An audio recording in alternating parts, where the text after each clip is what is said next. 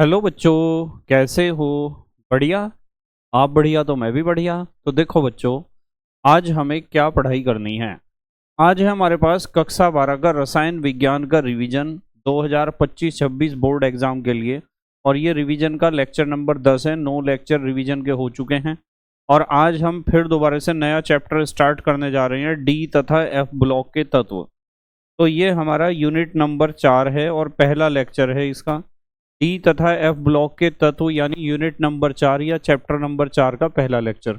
और इस चैप्टर का रिवीजन भी हम 2 ही लेक्चर में कंप्लीट कर देंगे। ठीक है, जैसे कि हम इससे पहले चैप्टर को भी 2 लेक्चर में कंप्लीट कर चुके हैं।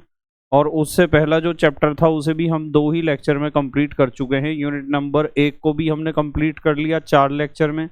यूनिट नंबर 2 को हमने 2 लेक्चर में कंप्लीट किया है। यूनिट नंबर 3 को भी हमने 2 ही लेक्चर में कंप्लीट किया है।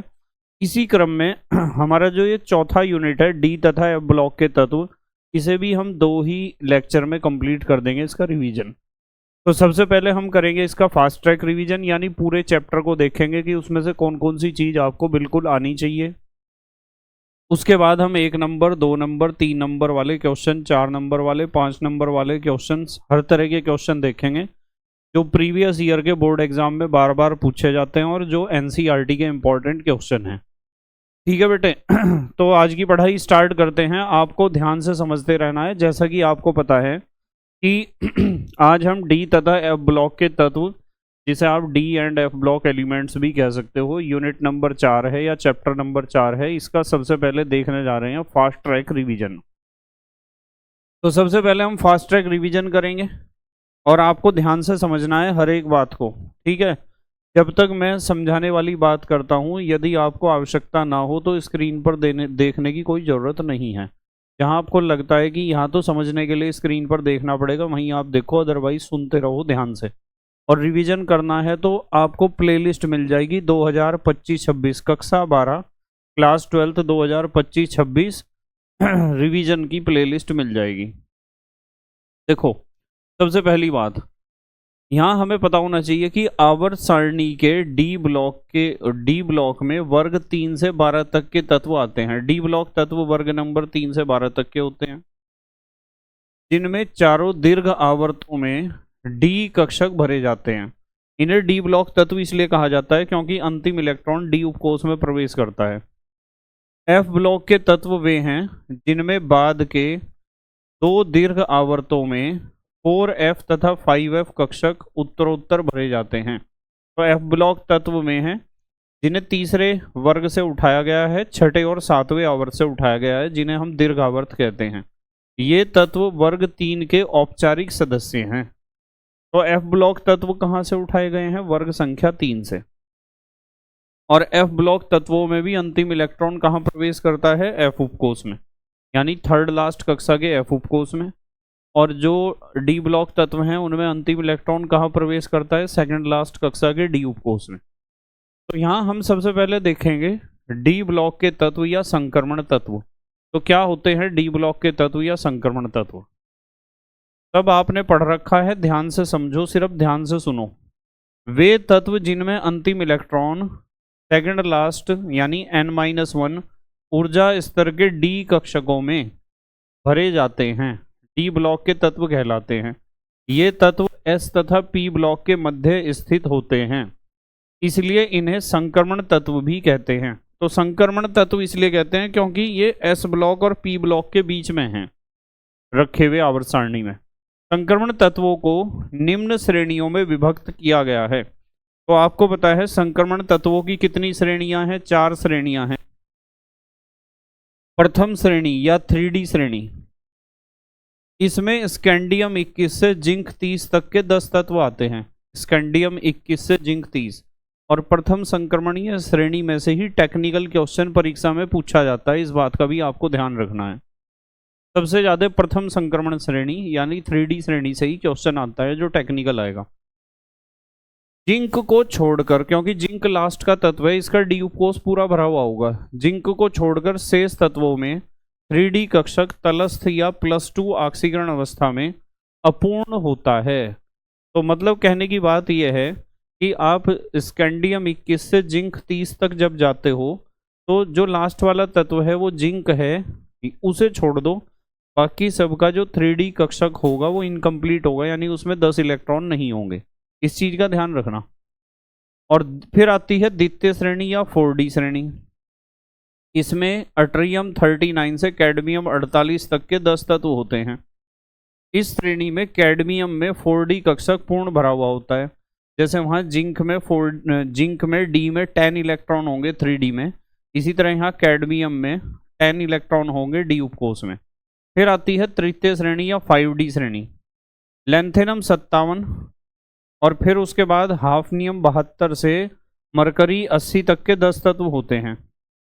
इस श्रेणी में Hg में 5D कक्षक पूर्ण भरा हुआ होता है। जैसे इसमें कैडमियम में 4D कक्षक पूरा भरा हुआ था और यहाँ जिंक में 3D कक्षक पूरा भरा हुआ था। कक्षक क्या, उपकोष कहना चाहिए। उसके बाद चतुर्थ श्रेणी या 6D श्रेणी। इसमें एक्टिनियम 89 के बाद रदरफोर्डियम 104 से कॉपरनिकम 112 तक के 10 तत्व आते हैं। बीच में 14 तत्व छोड़ दिए ना, ये तो एक्टिनाइड्स हैं, और यहाँ जो बीच में 14 तत्व छोड़े वे लेंथेनाइड्स हैं।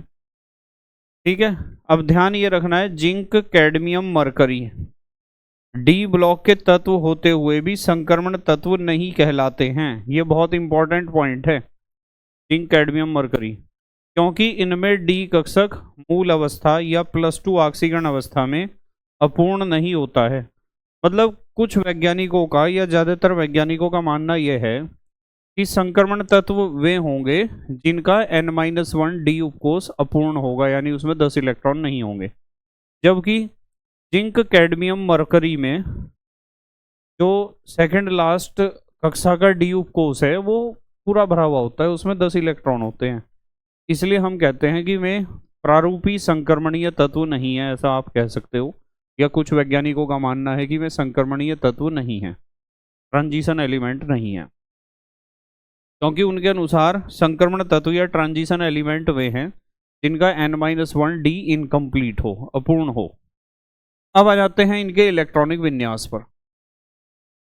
तो इलेक्ट्रॉनिक विन्यास इस ब्लॉक के तत्वों यानी डी ब्लॉक के तत्वों का सामान्य इलेक्ट्रॉनिक विन्यास, ये सवाल आ जाता है पेपर में। N-1 डी में 1 से 10 तक, Ns में 1 से 2 तक होता है। इस ब्लॉक के तत्वों में से अर्धभरित तथा पूर्ण भरित N-1 डी कक्षक वाले तत्व अपेक्षाकृत अधिक स्थायी होते हैं। अर्धभरित का मतलब जिनके डी में आधा भरा हुआ, डी का मतलब D5 हो, और पूर्णतया भरित का मतलब जिसके डी में 10 इलेक्ट्रॉन हो। तो यदि डी में 5 हुए, डी आधा भरा हुआ है या डी पूरा भरा हुआ है, तो वे ज़्यादा स्थायी होंगे। वो आपको पता ही है कि आधे भरे हुए या पूरे भरे हुए कक्षक या उपकोष ज़्यादा स्थायी होते हैं। इन तत्वों की प्रथम श्रेणी के तत्वों के इलेक्ट्रॉनिक विन्यास निम्नलिखित सारणी में प्रदर्शित किए गए हैं।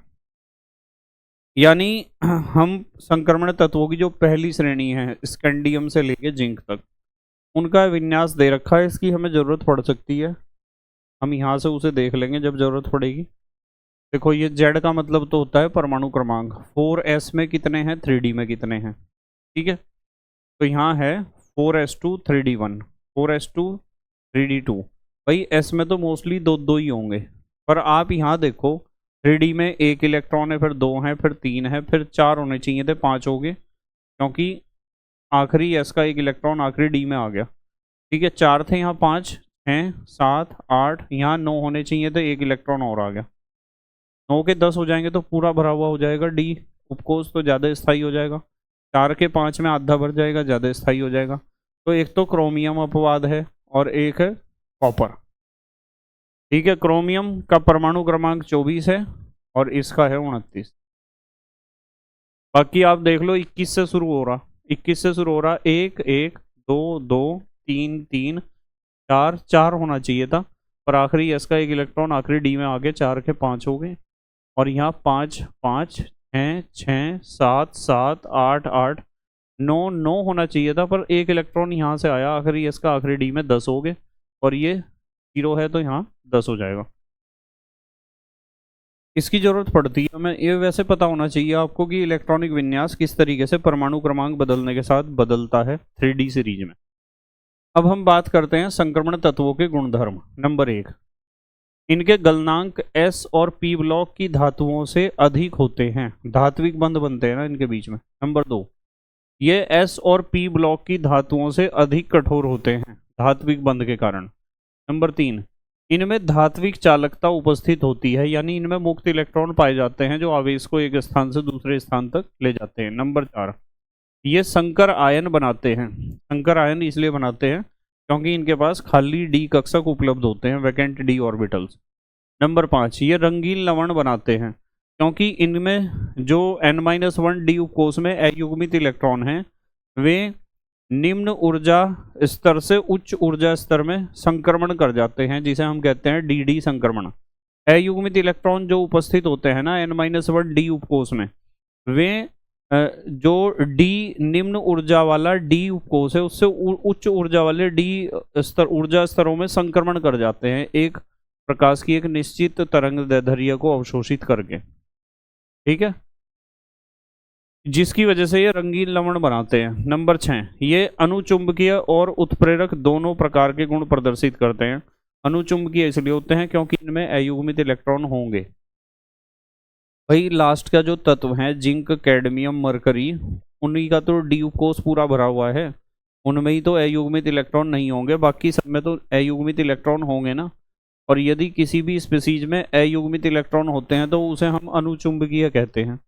और उत्प्रेरक की तरह कार्य इसलिए करते हैं क्योंकि ये परिवर्ती संयोजकता दिखाते हैं, इसलिए एक से ज्यादा प्रकार की ऑक्सीकरण संख्या दिखा रहे, परिवर्ती संयोजकता दिखा रहे, इसलिए ये उत्प्रेरक की भांति भी कार्य करते हैं। उसके बाद है आवर्ती गुणों में सामान्य प्रचलन। आवर्ती गुण का मतलब आवर्त सारणी में यदि बाएं से दाएं चलोगे इसमें क्या परिवर्तन आपको देखने को मिलेगा। सबसे पहले हम बात करते हैं भौतिक गुण की। सभी संक्रमण तत्व जिंक, कैडमियम, मरकरी तथा Mn को छोड़कर धात्विक गुण जैसे उच्च तनन सामर्थ्य, जैसे तन्यता, आघात वर्धनीयता, विद्युत चालकता, ये सब गुण धातुओं के ही तो होते हैं, तो इनमें भी सब में धात्विक गुण पाए जाते हैं। विद्युत चालकता के बाद तथा धात्विक चमक दर्शाते हैं। इन तत्वों में बाहरी कक्षा के N का मतलब बाहरी कक्षा ही तो होती है, और N-1 का मतलब सेकंड लास्ट कक्षा, N-2 का मतलब थर्ड लास्ट कक्षा। तो इन तत्वों में NS इलेक्ट्रॉनों, NS इलेक्ट्रॉन का मतलब बाहरी कक्षा के S उपकोष के इलेक्ट्रॉनों, तो NS इलेक्ट्रॉनों के अतिरिक्त अपूर्ण डी कक्षकों के इलेक्ट्रॉन भी धात्विक आबंध निर्माण में सहायता करते हैं। यानी बाहरी कक्षा के S इलेक्ट्रॉनों के साथ सेकंड लास्ट कक्षा के डी इलेक्ट्रॉन भी धात्विक बंध बनाने में सहायता करते हैं। ध्यान रखो, इस कारण संक्रमण तत्व प्रबल धात्विक लक्षण दर्शाते हैं तथा इनके गलनांक एवं क्वथनांक उच्च होते हैं। तो धात्विक बंध बनाने में खाली बाहरी कक्षा के S इलेक्ट्रॉन ही भाग नहीं लेते, अपितु सेकंड लास्ट कक्षा के डी इलेक्ट्रॉन भी पार्टिसिपेट करते हैं मेटेलिक बॉन्डिंग बनाने में। इसलिए इनमें धातुओं वाले गुण बहुत ज़्यादा पाए जाते हैं और धात्विक बंध भी बहुत मजबूत बनता है इनका, इसलिए इनके गलनांक क्वथनांक बहुत ज़्यादा होते हैं सामान्य से। उसके बाद है दूसरा लक्षण परमाणुवीय तथा आयनिक त्रिज्या। ये ध्यान से समझ लेना। देखो आपके पास 4 श्रेणियां हैं, 3D श्रेणी, 4D श्रेणी, 5D श्रेणी और 6D श्रेणी। श्रेणी में जब इधर को जाएंगे तो साइज घटता है। संक्रमण श्रेणी में बाएं से दाएं जाने पर नाभिकीय आवेश दुर्बल परिरक्षण प्रभाव के कारण क्रम से बढ़ता है। नाभिकीय आवेश तो बढ़ रहा, नाभिकीय आकर्षण बल बढ़ रहा, परिरक्षण प्रभाव दुर्बल है। इस कारण श्रृंखला में पहले आकार घटता है फिर स्थिर हो जाता है, वो भी लास्ट में जाके होगा स्थिर। ठीक है, श्रृंखला के अंत में इलेक्ट्रॉन इलेक्ट्रॉन प्रतिकर्षण के कारण आकार थोड़ा बढ़ जाता है, लास्ट में थोड़ा सा बढ़ेगा। समूह में ऊपर से नीचे जाने पर परमाणुवीय त्रिज्याएं बढ़ती हैं तथा भाई ऊपर से नीचे जाओगे तो कक्षाओं की संख्या बढ़ेगी तो त्रिज्या तो बढ़ेगी, तथा द्वितीय व तृतीय संक्रमण श्रेणी के तत्वों की परमाणु त्रिज्या लगभग समान रहती है। जो दूसरी सीरीज है और तीसरी सीरीज है, इसका कारण लेंथेनाइड संकुचन है, क्योंकि जो तीसरी श्रेणी है वहाँ लैंथेनाइड तत्व भी पाए जाते हैं तीसरी श्रेणी में, जिनमें लैंथेनाइड संकुचन हमें देखने को मिलता है। इसलिए जो हमारी डी ब्लॉक तत्वों की दूसरी श्रेणी के तत्वों का आकार है उससे थोड़ा सा बड़ा होना चाहिए था तीसरी श्रेणी के तत्वों का आकार, पर तीसरी श्रेणी के तत्वों का आकार लगभग उसके बराबर इसलिए रहता है दूसरी सीरीज के, क्योंकि तीसरी श्रेणी में लैंथेनाइड तत्व पाए जाते हैं जिनमें लैंथेनाइड संकुचन हमें देखने को मिलता है, जिसकी वजह से साइज घट जाता है, जितना होना चाहिए था उससे कम हो जाता है साइज। इसलिए जो हमारी तीसरी सीरीज है जिसे आप 5D सीरीज कहते हो, उसके तत्वों का आकार 4D सीरीज के तत्वों के बराबर ही होता है। होना चाहिए था 5D सीरीज के तत्वों का आकार बड़ा, क्योंकि कक्षाओं की संख्या तो बढ़ रही ना ऊपर से नीचे जाने पर। उसके बाद है परमाणुकरण की एंथैल्पी। परमाणुकरण का मतलब है, परमाणुकरण एंथैल्पी को कणन एंथैल्पी भी आप कह सकते हो, कि आपके पास एक मोल पदार्थ है और उसके प्रत्येक परमाणु को अलग अलग तोड़ने के लिए जो ऊर्जा हमें उसे देनी पड़ेगी उसे कहते हैं परमाणुकरण एंथैल्पी या कणन एंथैल्पी। संक्रमण तत्वों की कणन एंथैल्पी के मान उच्च होते हैं। संक्रमण धातुओं में अयुग्मित इलेक्ट्रॉनों की संख्या जितनी अधिक होगी, परमाणुकरण या कणन की एंथैल्पी का मान उतना उच्च होगा। जितने ज़्यादा अयुग्मित इलेक्ट्रॉन इनमें पाए जाएंगे उतना ज़्यादा ही परमाणुकरण एंथैल्पी या कणन एंथैल्पी का मान ज़्यादा होगा। इसका कारण यह है कि अयुग्मित इलेक्ट्रॉनों की संख्या बढ़ने से इनमें प्रबल अंतरा परमाणविक अन्योन्य क्रियाएं होती हैं, या आप कह दो कि मेटलिक बॉन्ड ज़्यादा मजबूत बन जाता है, धात्विक बंध, जिसके परिणाम स्वरूप इनके परमाणुओं के मध्य प्रबल आबंध पाए जाते हैं। भाई इनके परमाणुओं के मध्य जो प्रबल आबंध पाए जाते हैं ना, वे धात्विक आबंध ही हैं। और जितने ज़्यादा अयुग्मित इलेक्ट्रॉन होंगे किसी भी डी ब्लॉक तत्व में, उसके परमाणुओं के बीच उतने ज़्यादा मजबूत धात्विक बंध आपको देखने को मिलेंगे। और जब धात्विक बंध मजबूत है, परमाणु बहुत मजबूत बलों से आपस में जुड़े हुए, तो उन्हें अलग अलग करने के लिए तो ज़्यादा ऊर्जा देनी पड़ेगी फिर। उसके बाद आता है आयनन एंथैल्पी। पता है ना, इसे आयनन ऊर्जा या आयनन विभव भी कहते हैं। भाई परमाणु की बाहरी कक्षा में से एक इलेक्ट्रॉन निकालने के लिए जितनी ऊर्जा की आवश्यकता होती है उसे कहते हैं आयनन एंथैल्पी या आयनन ऊर्जा या आयनन विभव। तो संक्रमण श्रेणी में बाएं से दाएं जाने पर आयनन एंथैल्पी का मान नाभिकीय आवेश में वृद्धि के साथ बढ़ता है। जब नाभिकीय आवेश, प्रभावी नाभिकीय आवेश बढ़ रहा है, नाभिकीय आकर्षण बल बढ़ रहा है, तो बाहरी कक्षा में से इलेक्ट्रॉन निकालने के लिए तो ज़्यादा ऊर्जा देनी पड़ेगी। इसलिए आयनन एंथैल्पी का मान इधर को जाने से क्या होता है, बढ़ता है किसी भी सीरीज में। यद्यपि इस वृद्धि में कई छोटी छोटी विभिन्नताएं भी पाई जाती हैं। ठीक है, उनमें से कौन सी विभिन्नताएं होती हैं उनके क्वेश्चन भी कभी कभार पूछ लिए जाते हैं, इसलिए इस चीज को ध्यान से देख लेना जो मैं अब पढ़ाऊंगा आपको।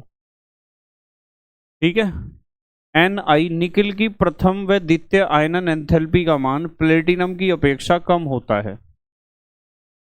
अतः Ni को Ni डबल पॉजिटिव में परिवर्तित करने के लिए प्लेटिनम को Pt डबल पॉजिटिव में परिवर्तित करने की अपेक्षा कम ऊर्जा की आवश्यकता होती है। इसमें से 2 इलेक्ट्रॉन निकालना आसान है, उसमें से थोड़ा मुश्किल है। इसलिए Ni सेकंड यौगिक प्लेटिनम सेकंड यौगिकों की अपेक्षा ऊष्मागतीय रूप से अधिक स्थायी होते हैं। ठीक है, ये कारण है इसका, बाकी क्वेश्चंस में आ जाएगा। उसके बाद हम आगे चलते हैं। अगला गुण हमें पढ़ना है परिवर्ती आक्सीकरण अवस्था। परिवर्ती आक्सीकरण अवस्था हमें देखने को मिलती है डी ब्लॉक तत्वों में, इसीलिए में उत्प्रेरक की तरह काम करते हैं। इसे आप परिवर्ती संयोजकता भी कह सकते हो। देखो, NS कक्षक व N-1D कक्षकों की ऊर्जाओं में, यानी बाहरी कक्षा का S कक्षक, कक्षक क्या उपकोष लिखना चाहिए, बाहरी कक्षा के S उपकोष और सेकंड लास्ट कक्षा के D उपकोषों की ऊर्जा में कम अंतर होने के कारण दोनों कक्षकों के इलेक्ट्रॉन आबंध बनाने में प्रयुक्त होते हैं। अतः संक्रमण तत्व परिवर्ती आक्सीकरण अवस्था दर्शाते हैं। संक्रमण तत्व निम्न आक्सीकरण अवस्था +2 तथा +3 में आयनिक यौगिक बनाते हैं, जबकि उच्च आक्सीकरण अवस्था में सामान्यतः सह संयोजक यौगिक बनाते हैं। तो यदि कोई भी संक्रमण तत्व +2 या +3 ऑक्सीकरण अवस्था दिखा रहा है तो वो आयनिक यौगिक बनाएगा, क्योंकि आपको पता है आयनिक यौगिक ज्यादातर वे ही तत्व बनाते हैं जिनकी संयोजकता 2 या 3 होती है, 1, 2 या 3। और यदि संयोजकता ज्यादा है, जैसे कार्बन की 4 है, तो कार्बन तो आयनिक यौगिक नहीं बनाता, वो तो सह संयोजक यौगिक बनाता है। ऐसा ही खेल बिल्कुल ऑक्सीकरण संख्या या ऑक्सीकरण अवस्था के साथ भी है।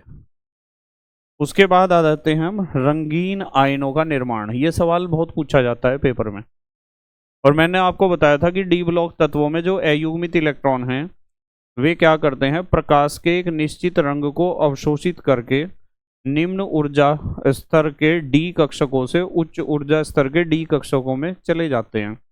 तो उन्होंने जिस भी रंग को अवशोषित करा, प्रकाश को, ऊर्जा को, उसका जो पूरक रंग है उसे उन्होंने परावर्तित किया होगा या कर रहे होंगे परावर्तित, तो इसलिए ये रंगीन आयन बनाते हैं या रंगीन यौगिक।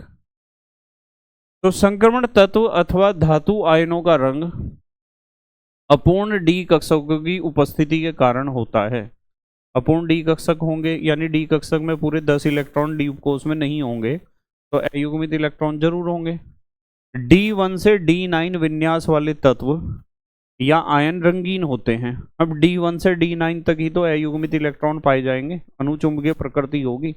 यदि D में 10 हो गए तो एक भी अयुग्मित इलेक्ट्रॉन नहीं होने का, और अयुग्मित इलेक्ट्रॉन नहीं है तो कोई भी इलेक्ट्रॉन प्रकाश के रंग को या प्रकाश की किसी निश्चित तरंग दैर्ध्य को अवशोषित करके निम्न ऊर्जा स्तर के डी कक्षक से उच्च ऊर्जा स्तर के डी कक्षक में नहीं जाएगा, और नहीं जाएगा तो रंग को परावर्तित भी नहीं करेगा, जिसकी वजह से हम कहेंगे कि जो D1 से D9 विन्यास वाले तत्व या आयन हैं वे तो रंगीन होंगे, जबकि D0 अथवा D10 विन्यास वाले तत्व या आयन रंगहीन होते हैं।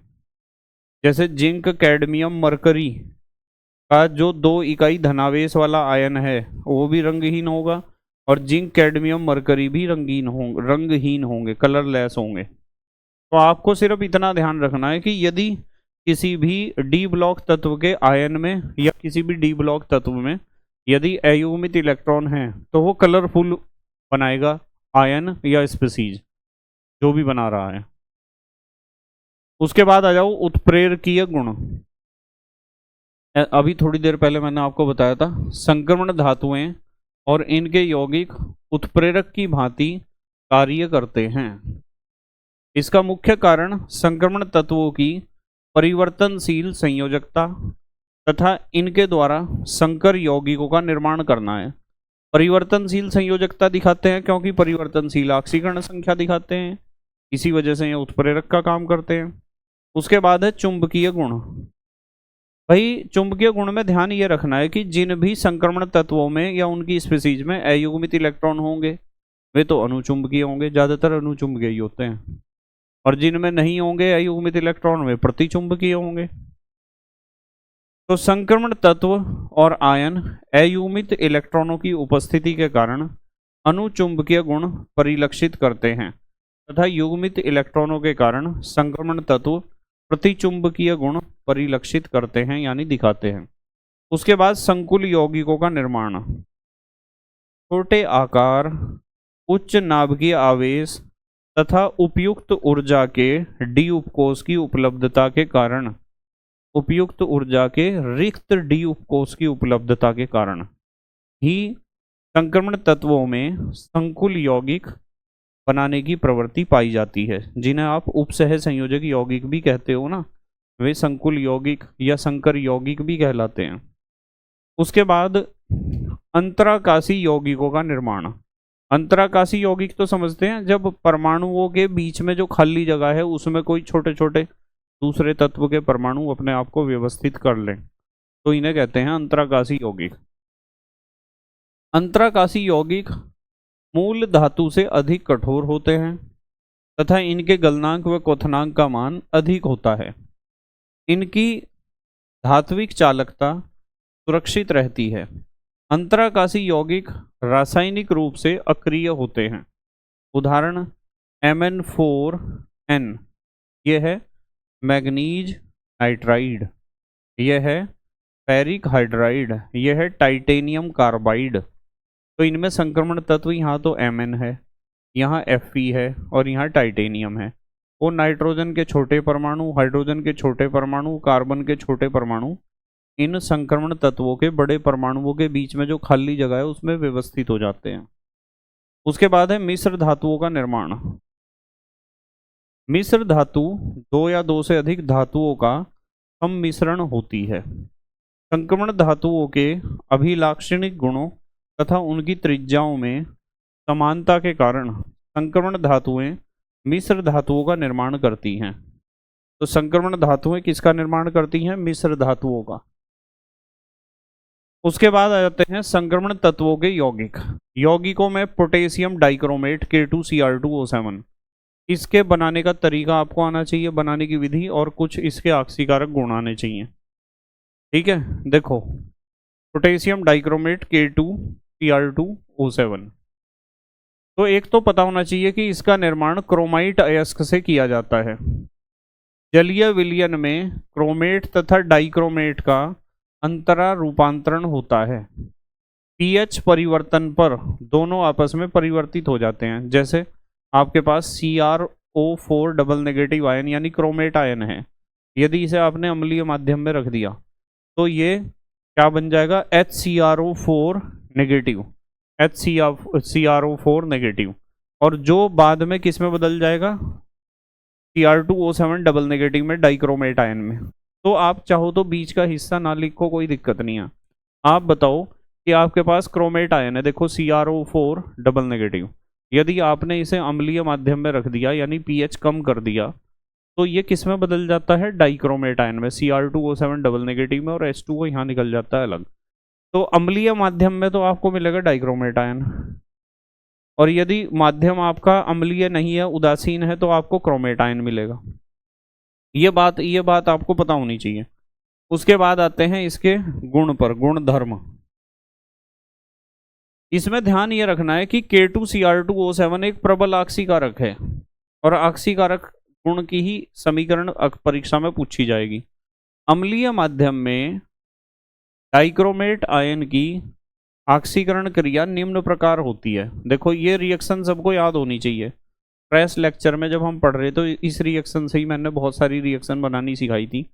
Cr2O7 double negative plus 14H positive plus 6 electron is equal to 2Cr triple positive plus 7H2। इससे ही हम K2Cr2O7 के ऑक्सीकारक गुणों का अध्ययन कर रहे थे। इसका ऑक्सीकारक गुण दर्शाने वाली अभिक्रियाएं निम्न प्रकार हैं। जैसे इन्होंने एग्जाम्पल दे रखे दो, ठीक है, आप अपनी नोटबुक से जहां आपने नोट्स बना रखे हैं वहां से इसे पढ़ लेना। Cr2O7 double negative 14H positive, ये तो दोनों हैं, और हमने जो है I नेगेटिव को किस में बदला? आयोडीन में। I नेगेटिव यानी आयोडाइड आयन को आयोडीन में ऑक्सीकृत कर दिया। ठीक है, मतलब हमने तो वहां ऐसे सिखाया था कि दो रिएक्शन लिखी और फिर उन्हें जोड़ के इस रिएक्शन को प्राप्त किया, ऐसे ही तो सिखाया था। यहाँ डायरेक्ट लिख दिया गया, पर आपको में रिएक्शन ऑक्सीकारक गुण वहीं से ही तो रिवाइज करना है। यहाँ है Cr2O7 double negative plus 3H2S plus 8H positive. यहाँ हमने H2S हाइड्रोजन सल्फाइड का सल्फर में ऑक्सीकरण किया है। हाइड्रोजन सल्फाइड का सल्फर में ऑक्सीकरण किसकी सहायता से? K2Cr2O7 की सहायता से। फिर पोटेशियम डाइक्रोमेट के अलावा दूसरा जो यौगिक हमारे कोर्स में है वो है पोटेशियम परमैंगनेट KMnO4। तो इसका निर्माण पायरोल्यूसाइट अयस्क से किया जाता है। औद्योगिक विधि ये MnO2 है, KOH के साथ संगलन, KOH के साथ इसे गलाएंगे वायु या KNO3 के साथ, फिर इसका ऑक्सीकरण करेंगे, MnO4 डबल नेगेटिव मिल जाएगा, जिसे मैग्नेट आयन कहते हैं, हरे रंग का होता है। अब ये जो मैग्नेट आयन है इसका क्षारीय विलयन में विद्युत अपघटनी ऑक्सीकरण करेंगे, जिससे आपको MnO4 नेगेटिव यानी परमैंगनेट आयन मिल जाएगा, जो बैंगनी रंग का होता है। ये ध्यान रख लेना आप, आसान है बहुत, चाहो तो इसे ही लिख कर आ सकते हो। उसके बाद गुणधर्म, KMnO4 एक प्रबल ऑक्सीकारक है जिस तरह K2Cr2O7 है। अम्लीय माध्यम में क्या करता है ये ध्यान रखना है। Reaction 5NO2 negative plus 2MnO4 negative 6H positive, तो इसे जो है Mn double positive NO3 negative और 3 H2O। एक तो ये और एक ये, दो रिएक्शन तो कंपलसरी याद रखना, अम्लीय माध्यम वाली और अक्षारीय माध्यम वाली। इस रिएक्शन को आप याद रख सकते हो। यहाँ हमने ये जो था I नेगेटिव उसे IO3 नेगेटिव में ऑक्सीकृत किया है। ठीक है, चलो आगे चलते हैं। अब डी ब्लॉक तत्वों के बाद अगले आते हैं हमारे पास एफ ब्लॉक के तत्व, जिन्हें हम अंतः संक्रमण तत्व भी कहते हैं। एफ ब्लॉक तत्व या अंतः संक्रमण तत्व, एक तो होती है इसमें जो छठे आवर्त से 14 तत्व उठाए गए हैं, उन्हें तो हम कहते हैं लेंथेनाइड्स या 4F सीरीज। और जो 7वें आवर्त से 14 तत्व उठाए गए हैं उन्हें हम क्या कहते हैं, एक्टिनाइड्स या 5F सीरीज। और आवर्त छठा और सातवां है उनका, जबकि वर्ग तो तीसरा ही है जो 14 तत्व उठाए गए हैं। एफ ब्लॉक की दो श्रेणियां 4F तथा 5F श्रेणी अर्थात लेंथेनाइड तथा एक्टिनाइड श्रेणी में क्रमशः 14 तत्व उपस्थित होते हैं। आवर्त सारणी के तीसरे वर्ग के छठे और सातवें आवर्त से 14 तत्वों को उठाकर आवर्त सारणी के नीचे दो श्रेणियों के रूप में रखा गया है, जिन्हें हम कहते हैं एफ ब्लॉक तत्व। पहली श्रेणी का नाम लेंथेनाइड है या 4F सीरीज, और दूसरी श्रेणी का नाम एक्टिनाइड से या फिर 5F सीरीज। 4F सीरीज उसे इसलिए कहते हैं क्योंकि आखिरी इलेक्ट्रॉन 4F उपकोष में जाता है, और उसे 5F सीरीज इसलिए कहते हैं क्योंकि आखिरी इलेक्ट्रॉन जाता है कौन से उसमें, 5F उपकोष में। तो लेंथेनाइड की बात करते हैं। लेंथेनाइडों में सीरियम 58 से लुटीशियम 71 तक के 14 तत्व होते हैं। ये अधिक क्रियाशील होते हैं। प्रकृति में इन्हें दुर्लभ मृदा तत्वों के नाम से भी जाना जाता है, क्योंकि ये बहुत कम पाए जाते हैं ना प्रकृति में। ये मुक्त अवस्था में न होकर संयुक्त अवस्था यानी अयस्क के रूप में पाए जाते हैं। इनका सामान्य इलेक्ट्रॉनिक विन्यास 4F1 से 14 यानी जीनॉन के बाद 4F1 से 14, 5D में 0 से 1 और 6S2 होता है। सभी लेंथेनाइड चांदी की भांति चमकने वाली मृदु धातुएं होती हैं। बहुत से लेंथेनाइड अपनी ठोस एवं जलीय अवस्था में रंगीन होते हैं।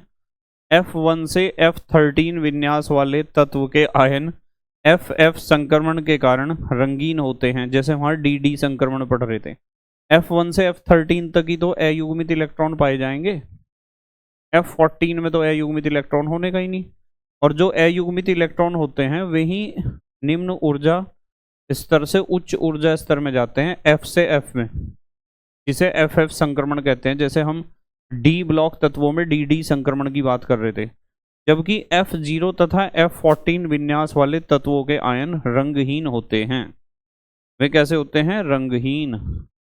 उसके बाद है इलेक्ट्रॉनिक विन्यास। कुछ लेंथेनाइड तत्वों के इलेक्ट्रॉनिक विन्यास निम्न प्रकार हैं। वैसे तो इलेक्ट्रॉनिक विन्यास कॉमन याद रखना है आपको, पर इन्होंने 2-3 तत्वों के इलेक्ट्रॉनिक विन्यास दे दिए, लेंथेनम, GD और Lu लुटीशियम का, और सीरियम का भी दे दिया। ये 5 तत्वों के इलेक्ट्रॉनिक विन्यास दे रखे, इन्हें देख लेना आप। वैसे आपको कॉमन इलेक्ट्रॉनिक विन्यास पता होना चाहिए, उसकी हमें आवश्यकता पड़ेगी परीक्षा में। उसके बाद आती है ऑक्सीकरण अवस्था।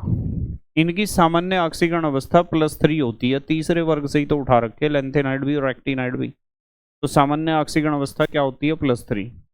परंतु +2 तथा +4 ऑक्सीकरण अवस्थाएं विलयन तथा ठोस यौगिकों में उपस्थित होती हैं।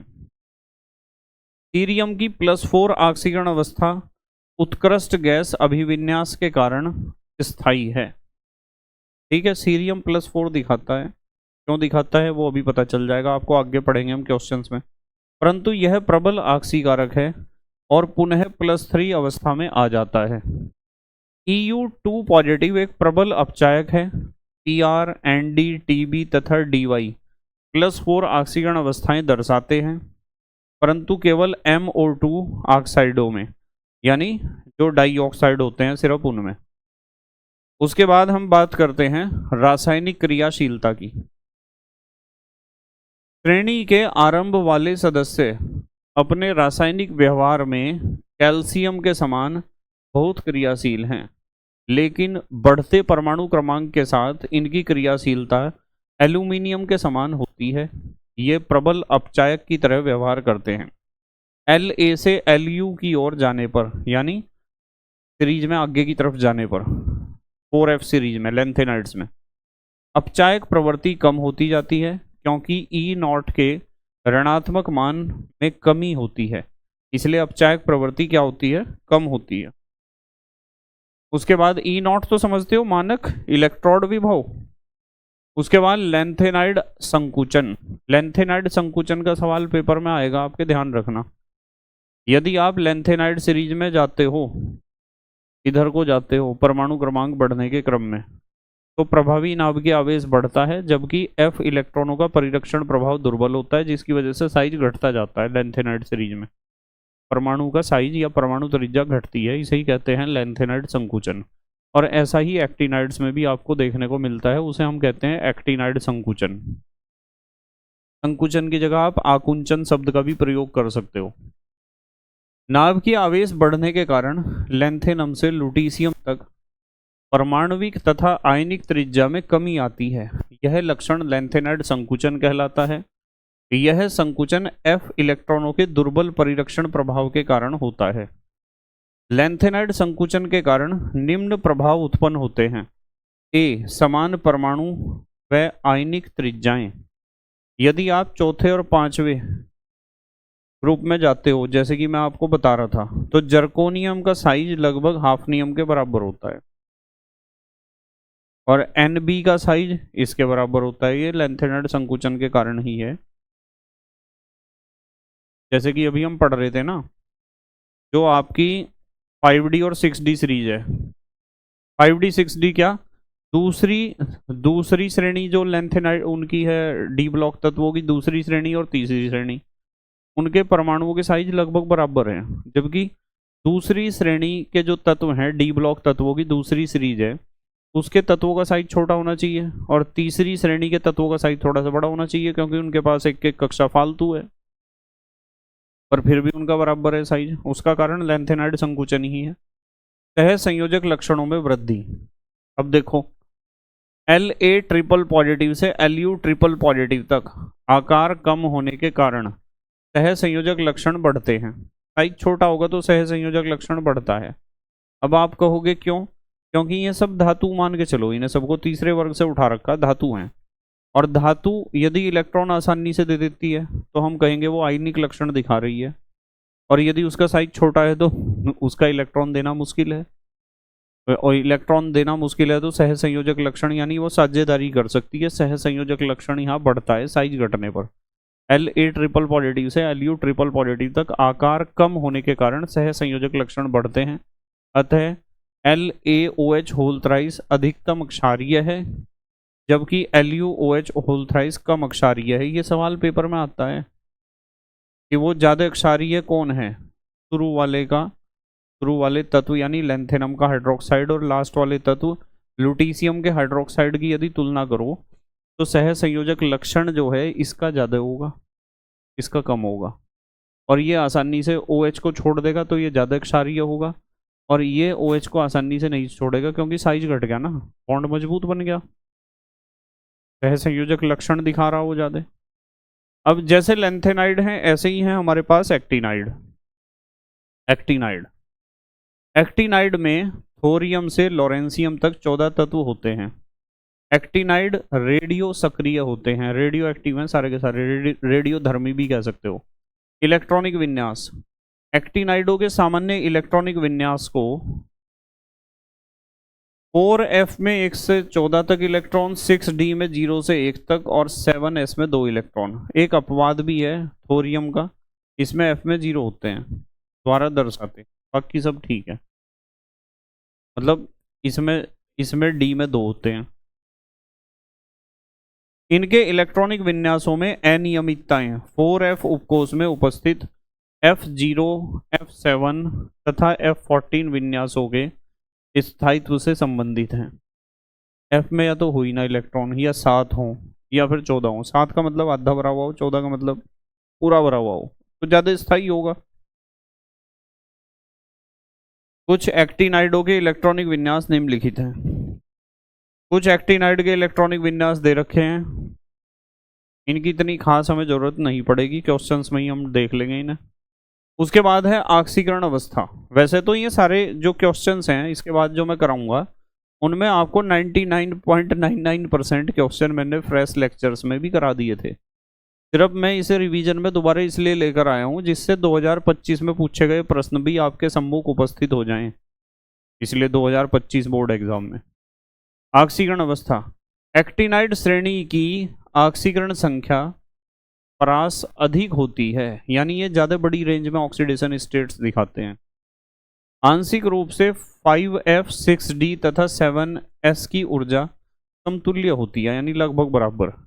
एक्टिनाइड सामान्यतः +3 ऑक्सीकरण अवस्था दिखाते हैं, लैंथेनाइड भी तो सामान्यतः +3 दिखा रहे थे। श्रेणी के प्रारंभिक अर्ध भाग वाले तत्व सामान्यतः उच्च ऑक्सीकरण अवस्थाएं दर्शाते हैं, यानी पहले 7।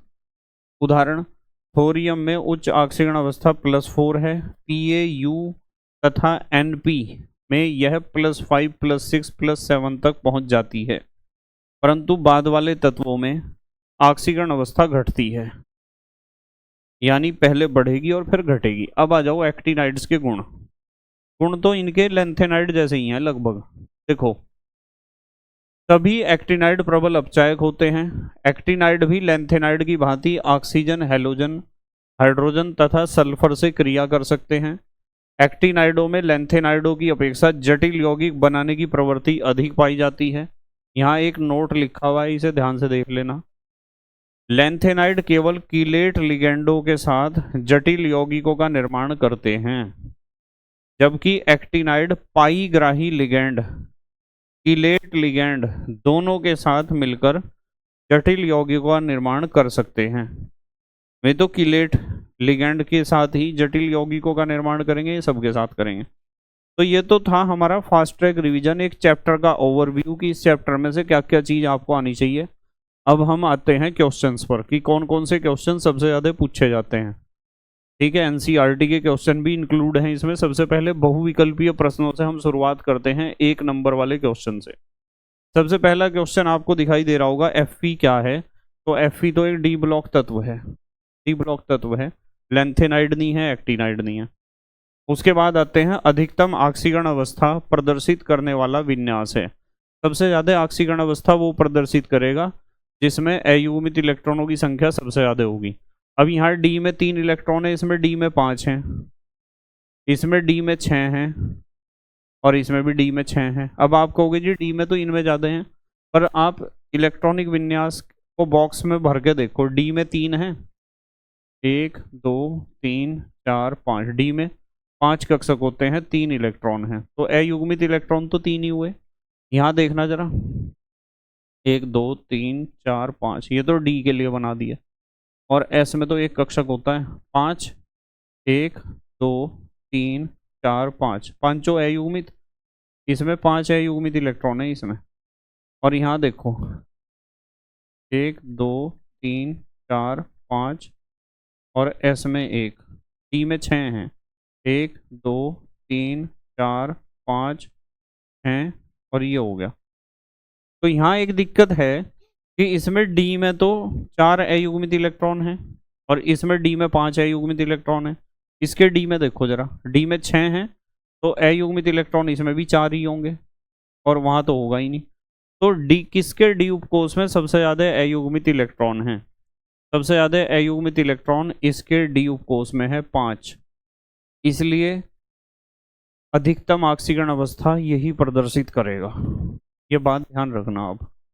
उसके बाद आ जाओ आप, KMnO4 में Mn की ऑक्सीकरण संख्या है। अब KMnO4 की बात करो, K तो +1 दिखाता है, +1, Mn की ऑक्सीकरण संख्या x मान ली, ऑक्सीजन की -2 होती है, तो एक तो पोटेशियम है +1 वाला, Mn की मान ली x, +4 हैं ऑक्सीजन -2 वाले। कर लोगे कैलकुलेट? इन्हें सबको मिला के 0 होना चाहिए, क्योंकि KMnO4 के ऊपर तो कोई आवेश नहीं है पूरे के, तो इस इक्वल्स टू 0। तो 4 दूनी 8, -8 प्लस का 1 माइनस के साथ उधर जाके क्या हो जाएंगे? देखो -8 प्लस के 8 -1 प्लस के साथ हो जाएंगे। फिर माइनस के साथ उधर जाके प्लस के साथ हो जाएंगे, किसी भी तरह कैलकुलेट कर लो, बस इस चीज़ को समझ जाओ कि भाई पोटेशियम की +1 होती है, Mn जिसकी निकालनी उसकी x मान ली, 4 है ऑक्सीजन -2 वाले। ऑक्सीकरण अवस्था तो निकालनी सिखा रखी है आपको। उसके बाद निम्नलिखित में से किस यौगिक में Mn की ऑक्सीकरण संख्या +6 है। Mn की ऑक्सीकरण संख्या बतानी है किस में +6 है। इसकी -2 होती है, हैं 3 दूनी 6, टोटल -6। -6 को ख़त्म करने के लिए इन दोनों को प्लस के 6 होना पड़ेगा। दोनों को प्लस के 6 तो एक के हिस्से में +3 आई, और ये पूछ रहे +6। दोनों की +6 है तो एक के हिस्से में, ये 2 है ना Mn, दोनों की +6 है तो एक के हिस्से में +3 आई, ये तो आंसर नहीं है।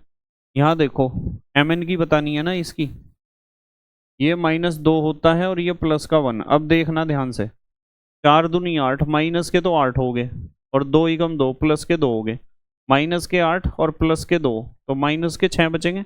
माइनस के 6 को ख़त्म करने के लिए इसे प्लस के 6 होना पड़ेगा, तो सही आंसर यही है हमारा। हमारा सही आंसर ये है। यहाँ इन्होंने कैलकुलेट करके दिखा रखा है कैसे। आपको ये ऑक्सीकरण संख्या तो निकालनी आनी चाहिए भाई एकदम मौखिक रूप से, कक्षा 11 में ही सिखा दी गई थी। 5वां क्वेश्चन, ऐसा संक्रमण तत्व जिसमें परिवर्तनीय ऑक्सीकरण अवस्थाएं नहीं पाई जाती। तो ऐसा संक्रमण तत्व इसमें कैंडियम है सबसे पहला तत्व, ध्यान रख लेना इसे, सबसे पहला है ना, इस है इसका इलेक्ट्रॉनिक विन्यास, सॉरी परमाणु क्रमांक। उसके बाद 6वां क्वेश्चन है, संक्रमण तत्वों की मूल अवस्था में नीचे दिए गए डी इलेक्ट्रॉनिक विन्यासों में कौन सी ऑक्सीकरण अवस्था स्थायी होगी। स्थायी ऑक्सीकरण अवस्था जब होती है जब डी तो या तो आधा भरा हुआ या पूरा भरा हुआ, डी में 5 हो या 10 हो, देख लो है क्या कहीं, हाँ है, ये डी में 5 है तो स्थायी होगा, स्थायी ऑक्सीकरण अवस्था होगी। अगला क्वेश्चन, Mn की अति सामान्य ऑक्सीकरण अवस्थाएं हैं, ये याद करने वाला क्वेश्चन है। Mn मैग्नीज की सामान्य ऑक्सीकरण अवस्थाएं ये होती हैं +2 और +7, +2 और +7, ठीक है 5, क्योंकि Mn का इलेक्ट्रॉनिक विन्यास ये होता है, देखो मैं बताऊं कहीं दे रखा है इन्होंने, 3d5 और 4s2 ये होता है Mn का। या तो वे दोनों निकाल लेगा इलेक्ट्रॉन तो +2 होगा, और या फिर दोनों वे और 5 ही हैं, 7 तो निकाल लेगा तो +7, ठीक है। Mn के ऊपर क्वेश्चन आ जाता है मैग्नीज के ऊपर, और मैंने आपको कहा था कि 3D सीरीज में से, यानी पहली सीरीज है जो संक्रमण तत्वों की, डी ब्लॉक तत्वों की, उसी में से ही क्वेश्चन सबसे ज्यादा पूछा जाता है। 8वां क्वेश्चन है, निम्न में से किसमें धात्विक आबंध अधिक शक्तिशाली होगा। सबसे ज्यादा शक्तिशाली धात्विक आबंध उसमें होगा जिसमें अयुग्मित इलेक्ट्रॉनों की संख्या सबसे ज्यादा होगी। क्रोमियम में यहाँ देखने को मिलेगा, देखो क्रोमियम में मैं देखता हूँ ये कौन सा क्वेश्चन था, ये नोवा क्वेश्चन था, कौन सा था ये, 8वां था, एक मिनट मैं देखता हूँ कहीं वो मिल जाए। 8वां क्वेश्चन था ये, और तो ज़्यादा चले गए हम। 8वां क्वेश्चन याद रखना, मैं एक चीज़ देख रहा हूँ यहाँ, आपको दिखा दूँ नहीं तो लिखना पड़ेगा फिर मुझे। ये रहा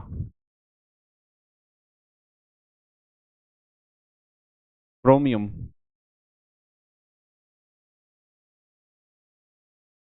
5 और 1, 5 और 1, ठीक है। अयुग्मित इलेक्ट्रॉन, अयुग्मित इलेक्ट्रॉन, ये तो डी में 5 है, अयुग्मित 6 इलेक्ट्रॉन है, अयुग्मित 6 इलेक्ट्रॉन वहाँ अयुग्मित होंगे।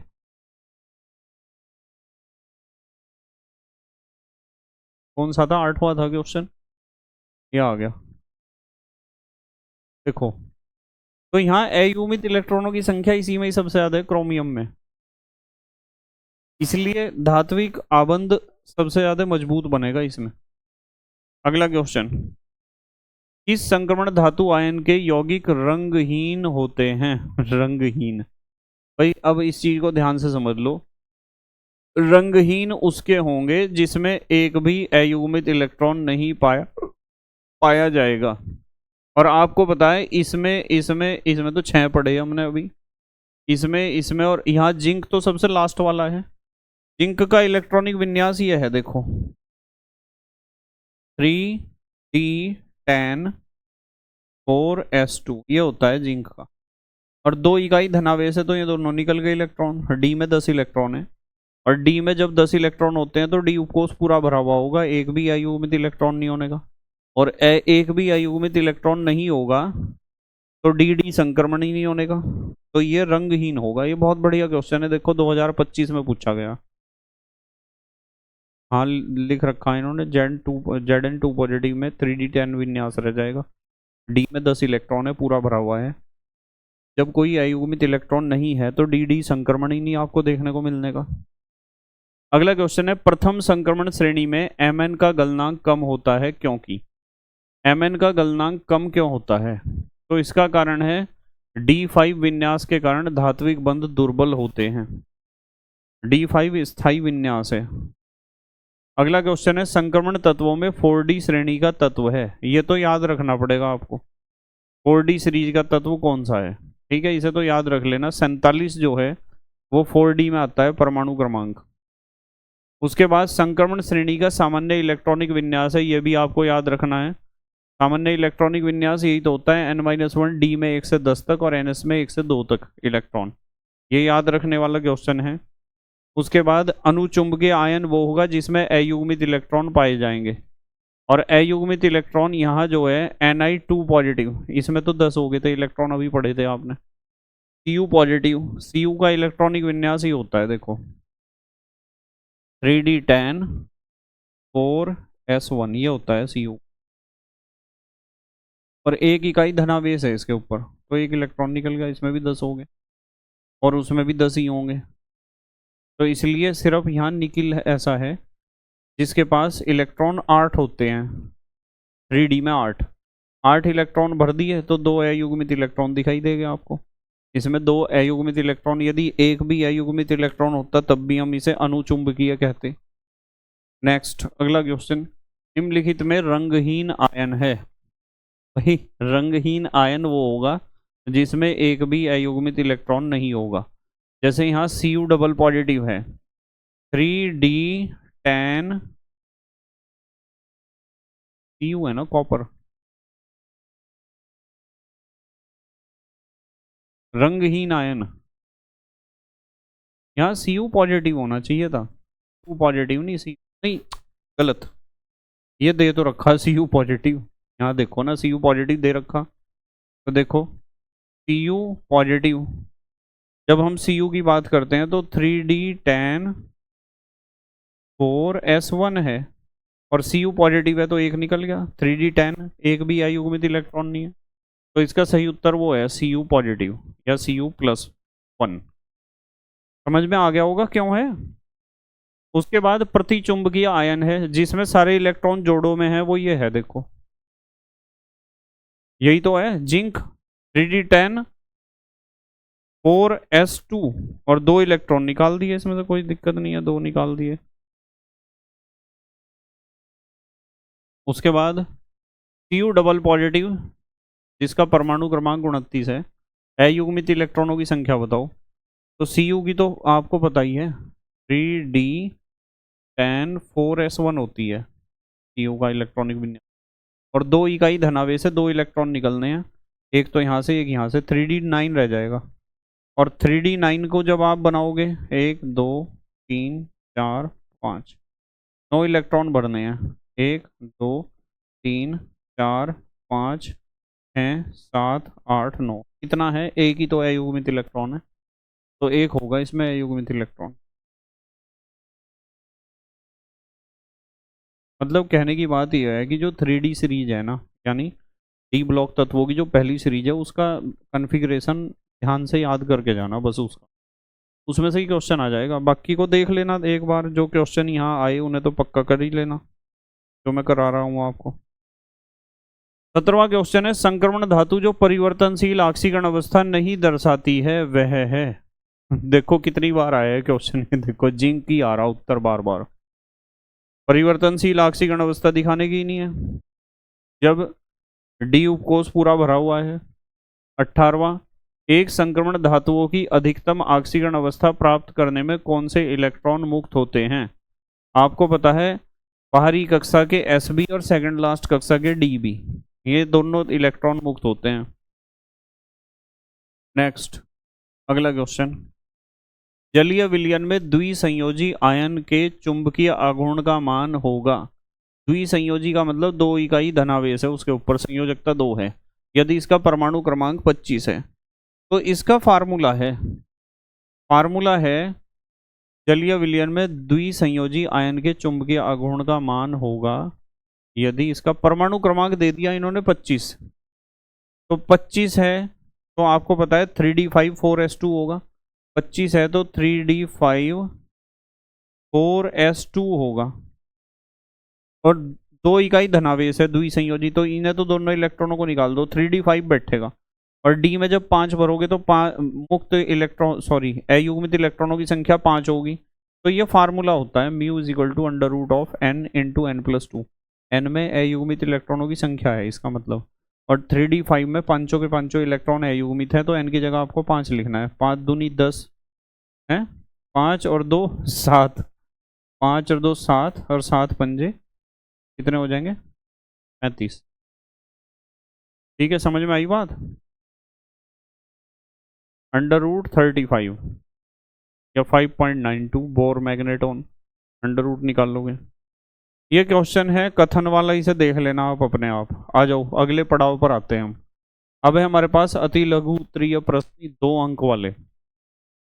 इसमें पहला क्वेश्चन देखो क्या है, लेंथेनाइड आकुंचन क्या है।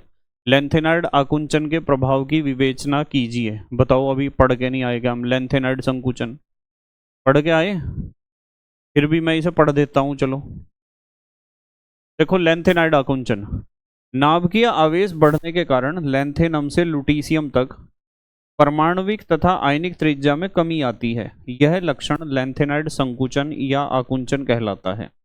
यह संकुचन F इलेक्ट्रॉनों के दुर्बल परिरक्षण प्रभाव के कारण होता है। लेंथेनाइड संकुचन के कारण निम्नलिखित प्रभाव उत्पन्न होते हैं। समान परमाणु तथा समान आयनिक त्रिज्या। ठीक है, समान परमाणु और समान आयनिक त्रिज्या, ये अभी पढ़ाया था मैंने, और सह संयोजक लक्षणों में वृद्धि अभी पढ़ाया था। उसके बाद अगला क्वेश्चन है हमारे पास, अंतराकाशी यौगिक क्या हैं। इस प्रकार के यौगिक संक्रमण धातुओं के लिए भली प्रकार से ज्ञात क्यों हैं। तो वे यौगिक जिनके क्रिस्टल जालक में अंतराकाशी स्थलों में, यानी परमाणुओं के बीच जो खाली जगह होती है उन्हें कहते हैं अंतराकाशी स्थल। अंतराकाशी स्थलों में छोटे परमाणु जैसे हाइड्रोजन, बोरोन, कार्बन, नाइट्रोजन आदि पाए जाते हैं, अंतराकाशी यौगिक कहलाते हैं। संक्रमण तत्वों में छोटे परमाणुओं को अपने अंतराकाशी स्थल में ग्रहण करने की क्षमता होती है। इसी कारण ये यौगिक संक्रमण तत्वों के लिए भली प्रकार से ज्ञात हैं। ये यौगिक मूल धातु से अधिक कठोर होते हैं तथा इनके गलनांक व क्वथनांक का मान अधिक होता है। इनकी धात्विक चालकता सुरक्षित रहती है। अंतराकाशी यौगिक रासायनिक रूप से अक्रिय होते हैं, जैसे vanadium hydride, iron carbide, titanium hydride, ये सब अंतराकाशी यौगिक हैं। अगला क्वेश्चन है हमारे पास, संक्रमण तत्व क्या हैं, अथवा संक्रमण तत्वों को डी ब्लॉक के तत्व क्यों कहते हैं। कर लोगे इस क्वेश्चन को। संक्रमण तत्वों की परिभाषा देनी है और हमें बताना है पहली, दूसरी और तीसरी और चौथी श्रेणी का इंट्रोडक्शन देना है, और बताना है जिंक, कैडमियम, मरकरी जो हैं इन्हें प्रारूपी संक्रमण तत्व नहीं कहते या संक्रमण तत्व नहीं कहते, क्योंकि इनके पास पूरे भरे हुए डी उपकोष पाए जाते हैं। उसके बाद अगला क्वेश्चन है क्वेश्चन नंबर 4, संक्रमण धातुओं की 2 विशेषताएं लिखिए, अथवा डी ब्लॉक तत्वों की किन्हीं 4 विशेषताओं का उल्लेख कीजिए, अथवा संक्रमण तत्वों की अभिलाक्षणिक गुणों को लिखिए, अथवा संक्रमण तत्वों के प्रमुख गुणों का वर्णन कीजिए।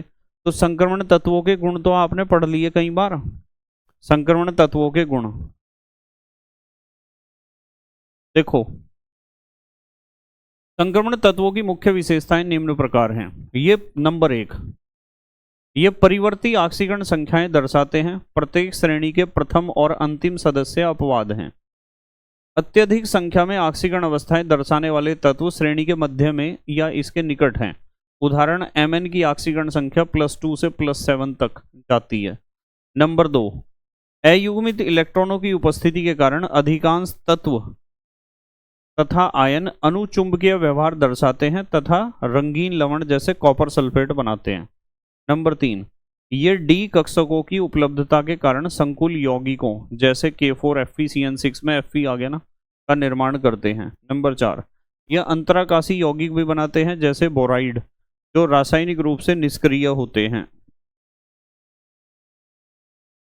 संक्रमण तत्वों के तो बहुत सारे गुण लिखवा रखे हैं आपको। 5वां क्वेश्चन, डी ब्लॉक तत्वों के निम्नलिखित गुणों की व्याख्या कीजिए। इलेक्ट्रॉनिक विन्यास और चुंबकीय लक्षण। तो इलेक्ट्रॉनिक विन्यास आप बता दोगे कैसा होता है, सामान्य एक सीरीज का बता सकते हो लिखकर 3D सीरीज का। और चुंबकीय लक्षण में आपको पता है कि जिनमें अयुग्मित इलेक्ट्रॉन होंगे वे अनुचुंबकीय होंगे, और जिनमें एक भी अयुग्मित इलेक्ट्रॉन नहीं होगा वो प्रतिचुंबकीय होगा। और चुंबकीय आघूर्ण निकालने का ये फार्मूला है, जहां n अयुग्मित इलेक्ट्रॉनों की संख्या है। उसके बाद अगला क्वेश्चन है, संक्षेप में स्पष्ट कीजिए कि प्रथम संक्रमण श्रेणी के प्रथम अर्धभाग में बढ़ते हुए परमाणु क्रमांक के साथ +2 ऑक्सीकरण अवस्था कैसे अधिक स्थायी हो जाती है या होती जाती है। देखो आप जो है ना, यहाँ देखो scandium, titanium, vanadium, chromium, manganese, यहाँ तक गए। मैग्नीज का 25 होता है परमाणु क्रमांक। कह रहे कि +2 क्यों स्थायी हो रही। अब यदि यहाँ देखो 3D1 है, डी में 2 हो गए, डी में 3 हो गए, डी में 4, डी में 5। जब डी में 5 इलेक्ट्रॉन हो गए, वैसे तो यहाँ भी डी में 5 होते हैं, पर डी में यदि 5 इलेक्ट्रॉन हो गए तो डी आधा भर गया, आधा भर गया। तो आपको पता है इसके बाद 4s में तो 2 इलेक्ट्रॉन होंगे ना। यदि इसे लिखा रहने दे तो 4s में 2, 4s में 2, 4s में 2, 4s में 2। इधर जैसे आप इधर को बढ़ रहे हैं ना, तो डी उपकोष में इलेक्ट्रॉनों की संख्या बढ़ती जा रही है, और बढ़ते बढ़ते डी उपकोष आधा भर गया। और जब आधा भर गया तो ज़्यादा स्थायी हो गया। तो इसका मतलब यह है कि बाहर की जो आपकी 4s कक्षा है, 4s उपकोष है, 4s उपकोष में से 2 इलेक्ट्रॉन निकालना ज़्यादा पसंद करेगा ये Mn। तो +2 ऑक्सीडेशन स्टेट उधर को जाके इसलिए बढ़ रही, उधर को जाने से, आधे तक जाने से। 5 ही तो लिखे हुए हैं, पूरे 10 होते हैं ना सीरीज में। तो +2 ऑक्सीडेशन स्टेट इसलिए बढ़ती है क्योंकि डी उपकोषों में इलेक्ट्रॉनों की संख्या बढ़ते बढ़ते बढ़ते 5 हो जाती है, यानी डी उपकोष पूरा आधा भर जाता है। और आधा भर जाता है तो ज़्यादा स्थायी हो जाता है, वो अपने अंदर से फिर इलेक्ट्रॉन नहीं निकालने देगा। वो कहेगा कि भाई 4s के 2 निकाल लो, मैं तो स्थायी हो गया। तो इसलिए +2 ऑक्सीडेशन स्टेट ज़्यादा स्टेबल है इसमें। इधर को वहाँ तक जाने से +2 ऑक्सीडेशन स्टेट की स्टेबिलिटी इंक्रीज हो रही। ठीक है, यही बात यहाँ लिखी हुई, आप पढ़ सकते हो। अगला क्वेश्चन देखते हैं, प्रथम संक्रमण श्रेणी के तत्वों के इलेक्ट्रॉनिक विन्यास किस सीमा तक ऑक्सीकरण अवस्थाओं को निर्धारित करते हैं। उत्तर को उदाहरण देते हुए स्पष्ट कीजिए। एनसीईआरटी का क्वेश्चन है। देखो उत्तर में पढ़ देता हूं, वैसे आपको पता है इस बात का। इन्होंने कहा प्रथम संक्रमण श्रेणी के तत्वों के इलेक्ट्रॉनिक विन्यास किस सीमा तक ऑक्सीकरण अवस्थाओं को निर्धारित करते हैं। उत्तर को उदाहरण देते हुए स्पष्ट कीजिए। एनसीईआरटी का क्वेश्चन है, प्रथम संक्रमण श्रेणी के तत्वों के इलेक्ट्रॉनिक विन्यास और उनकी ऑक्सीकरण अवस्थाओं के मध्य गहरा संबंध होता है। इन तत्वों के इलेक्ट्रॉनिक विन्यास में बाहरी कक्षा बाह्य इलेक्ट्रॉन n-1 डी कक्षक तथा ns कक्षक में उपस्थित रहते हैं। ठीक है, अतः इनकी ऑक्सीकरण अवस्था इन कक्षकों में उपस्थित इलेक्ट्रॉनों को त्याग कर अधिक स्थायी विन्यास प्राप्त करने पर आधारित होती है। यानी बाहरी कक्षा के s इलेक्ट्रॉन और सेकंड लास्ट कक्षा के d इलेक्ट्रॉनों को त्याग कर। उदाहरण, आप स्कैंडियम 21 का इलेक्ट्रॉनिक विन्यास ये होता है 3D1 4s2। यह 3D तथा 4s कक्षकों के इलेक्ट्रॉनों को सरलता से त्याग कर निकटतम अक्रिय गैस ऑर्गन का स्थायी विन्यास प्राप्त कर लेता है। अतः इसकी ऑक्सीकरण अवस्था +3 होती है। देखो इसने s को भी त्याग दिया और d के भी त्याग दिए। इसी प्रकार Mn भी विभिन्न इलेक्ट्रॉनों को त्याग कर निम्नलिखित ऑक्सीकरण अवस्थाएं प्राप्त करता है। Mn का इलेक्ट्रॉनिक विन्यास होता है 3D5 4s2। +2 कब होगा, जब ये दोनों इलेक्ट्रॉन छोड़ दिए तो 3D5। +3 कब होगा, जब इसमें से एक और निकाल दिया। +4 कब होगा, जब एक और निकाल दिया। ठीक है, वो +7 तक जाएगा। ठीक है, +7 तक। बीच वाला जो होता है ना तत्व किसी भी सीरीज का, वो सबसे ज़्यादा ऑक्सीकरण अवस्था दिखाता है, सबसे ज़्यादा रेंज तक। उसके बाद इन्होंने अगला क्वेश्चन कहा है कि कोई एक मेटल है उसमें +2 आवेश है, यानी 2 इलेक्ट्रॉन निकाल रखे हैं आयन और उसका परमाणु क्रमांक 27 है। 27 है तो आपको पता है 3d74s2 होगा, 3d74s2 होगा। के लिए प्रचक्रण मात्र चुंबकीय आघूर्ण की गणना कीजिए, म्यू निकालना है, म्यू। तो जब इन्होंने एक मेटल दिया जिसका परमाणु क्रमांक 27 है तो 3d74s2 ही तो होगा वो। एम के ऊपर 2 इकाई धनावेश है तो इसे 2 इलेक्ट्रॉन निकाल दो, फिर 3d7 रह जाएगा। डी में 5 कक्षक और 7 इलेक्ट्रॉन भर दिए। अयुग्मित इलेक्ट्रॉनों की संख्या कितनी आई? 3। तो आप इस फार्मूले में जो चुंबकीय आघूर्ण निकालने का फार्मूला है उसमें इसमें एन की जगह कितना लिखोगे? 3 लिखोगे। 3 और 2 5 दिया 15, √15 3.87 बोर मैग्नेटोन। कर लोगे? बहुत बढ़िया क्वेश्चन है ये। देखें कब आया ये क्वेश्चन परीक्षा में। एनसीईआरटी का क्वेश्चन है, अभी तक तो आया नहीं, इस बार आ जाएगा। चलो अगला क्वेश्चन। अगला क्वेश्चन है, स्पष्ट कीजिए कि Cu पॉजिटिव आयन जलीय विलयन में स्थायी क्यों नहीं है। मतलब Cu पॉजिटिव क्यों नहीं स्थायी है, Cu डबल पॉजिटिव क्यों स्थायी है। वैसे तो आपको पता है कि Cu का इलेक्ट्रॉनिक विन्यास ही होता है ना, 3d10 4s1। तो हमें ऐसा लग रहा कि यदि वो एक इलेक्ट्रॉन निकाल दे अपना तो 3d10 डी में 10 है तो स्थायी होना चाहिए। होता है पर जलीय विलयन में नहीं होता। उसका कारण यह है, जलीय विलयन में Cu पॉजिटिव निम्न असमानुपातित अभिक्रिया देता है। 2Cu positive Cu double positive में बदल जाता है और कॉपर को कर देता है अलग। समझ रहे आप? 2 थे Cu पॉजिटिव, उनमें से 2 में से एक ने अपना इलेक्ट्रॉन दूसरे को दे दिया, वो तो Cu बन गया। और एक बन गया जिसने दिया था इलेक्ट्रॉन, वो Cu पॉजिटिव से Cu डबल पॉजिटिव में कन्वर्ट हो गया।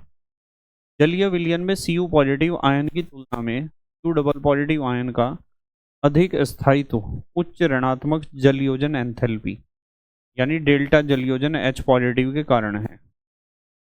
यह Cu डबल पॉजिटिव आयन के बनने में दी जाने वाली द्वितीय आयनन एंथैल्पी की क्षतिपूर्ति करती है।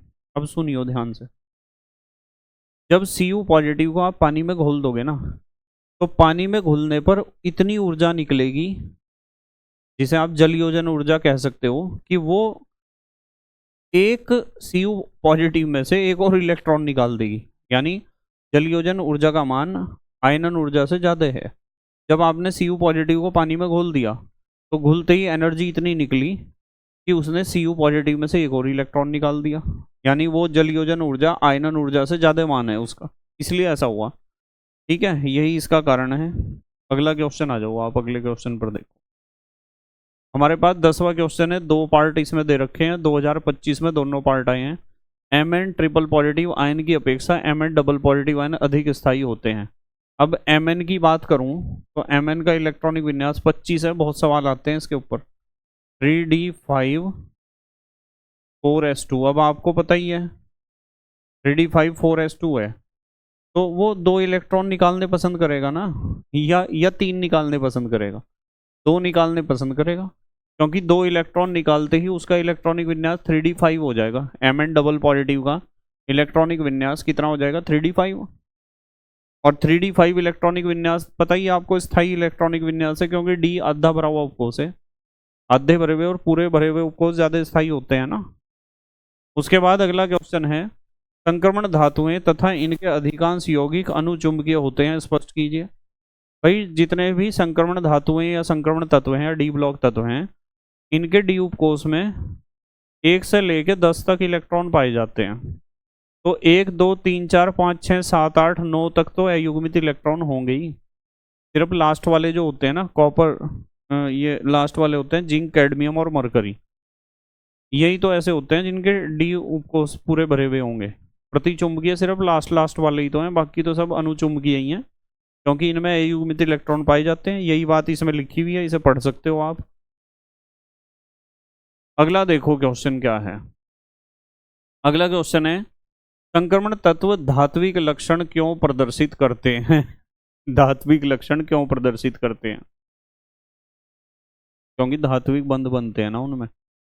तो संक्रमण तत्वों की आयनन एंथैल्पी का मान S और P ब्लॉक के तत्वों के मध्य होता है। इन तत्वों में Ns इलेक्ट्रॉनों के अतिरिक्त अपूर्ण D कक्षकों के इलेक्ट्रॉन भी धात्विक आबंध निर्माण में सहायता करते हैं। इस संक्रमण इस कारण संक्रमण तत्व धात्विक लक्षण दर्शाते हैं, क्योंकि धात्विक बंध केवल बाहरी कक्षा के NS इलेक्ट्रॉन ही धात्विक बंध की प्रक्रिया में पार्टिसिपेट नहीं करते। N-1D के इलेक्ट्रॉन भी मेटेलिक बॉन्ड बनाने की प्रोसेस में पार्टिसिपेट करते हैं। तो मेटेलिक बॉन्ड बनाते हैं, इसलिए उनमें मेटेलिक यानी धातुओं वाले लक्षण आपको देखने को मिलेंगे। नेक्स्ट अगला क्वेश्चन है, संक्रमण तत्व रंगीन यौगिक बनाते हैं क्यों? भाई आपको पता है कि संक्रमण तत्वों में जो N-1D उपकोष में अयुग्मित इलेक्ट्रॉन होते हैं, वे निम्न ऊर्जा स्तर से उच्च ऊर्जा स्तर में संक्रमण कर जाते हैं और प्रकाश के किसी रंग को अवशोषित करके, जिस रंग को उन्होंने अवशोषित किया उसका जो पूरक रंग है उसे वे परावर्तित करेंगे और वही रंग दिखाई देगा सबको। तो DD संक्रमण के कारण वे रंगीन होते हैं। इसके बारे में भी कई बार हमने पढ़ लिया, समझ लिया, यही आंसर लिखा हुआ है, आप पढ़ सकते हो इसे। अगला क्वेश्चन, व्याख्या कीजिए कि क्यों अधिकांश संक्रमण धातुएं उपसह संयोजक यौगिक बनाती हैं और परिवर्तनीय संयोजकता प्रदर्शित करती हैं। भाई संक्रमण धातुएं उपसह संयोजक यौगिक इसलिए बनाती हैं क्योंकि एक तो उनका साइज छोटा है और दूसरी उनकी जो रिक्त डी कक्षकों की उपलब्धता है उनके पास। क्योंकि जो भी मतलब उपसह संयोजक यौगिक बनेगा वो केंद्रीय धातु परमाणु को हर एक लिगेंड एक एक जोड़ा इलेक्ट्रॉन का देगा, कम से कम एक एक जोड़ा, दो भी दे सकते हैं, वो तो आपको बताया, मोनोडेंटेट, बाईडेंटेट। तो उन जो लिगेंड्स इलेक्ट्रॉन पेयर डोनेट करेंगे उन्हें रखने के लिए जगह भी तो चाहिए। तो इन डी ब्लॉक तत्वों की खासियत ये होती है, एक तो इनका साइज छोटा है, दूसरी बात यह है कि इनके पास वेकेंट डी ऑर्बिटल्स अवेलेबल हैं, रिक्त डी कक्षक उपलब्ध हैं इनके पास, उपयुक्त ऊर्जा वाले। और दूसरा इन्होंने पूछा है कि, और क्या पूछा, परिवर्तनीय संयोजकता क्यों प्रदर्शित करते हैं? वही परिवर्तनीय संयोजकता इसलिए प्रदर्शित करते हैं S और P ब्लॉक के बीच में रखे, पहली तो बात यह है।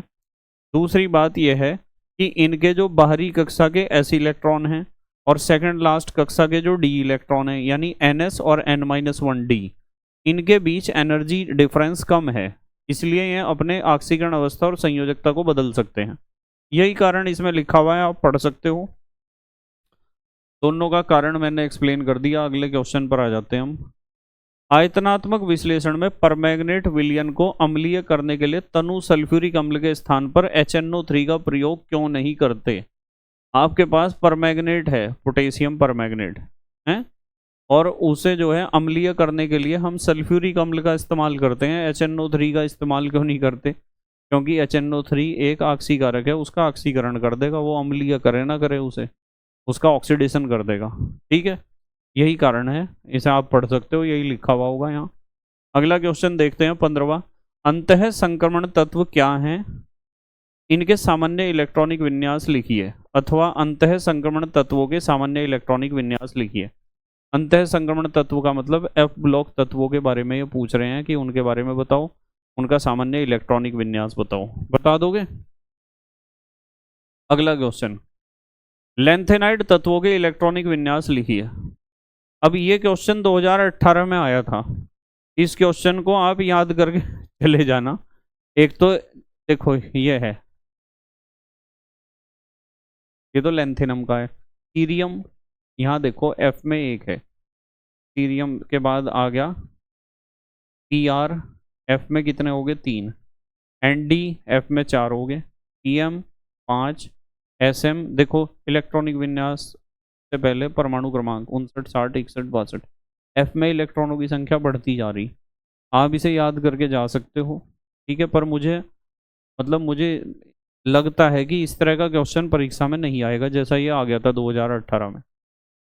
ऐसा क्वेश्चन नहीं आएगा कि पूरी की पूरी सीरीज आपको बनवा दी और उसका इलेक्ट्रॉनिक विन्यास पूछ रहे। पर जब किस्मत खराब हो, जब पेपर सेटर घर से लड़ के आया और फिर एग्ज़ाम पेपर उसने बनाया हो, तो वो ऐसा क्वेश्चन दे देता है। तो इसलिए तैयार कर जाना, आप कोशिश करना कि इसे तैयार कर जाओ। सारे इलेक्ट्रॉन, सबके इलेक्ट्रॉनिक विन्यास लिखो और उनका वो परमाणु क्रमांक लिखो, इलेक्ट्रॉनिक विन्यास लिखो। 17वां क्वेश्चन है, सीरियम परमाणु क्रमांक 58 की +3 तथा +4 ऑक्सीकरण अवस्थाएं स्थायी क्यों होती हैं? अब देखो सीरियम ये है, +3 स्थाई क्यों होगी भाई? +3 कब दिखाएगा वो?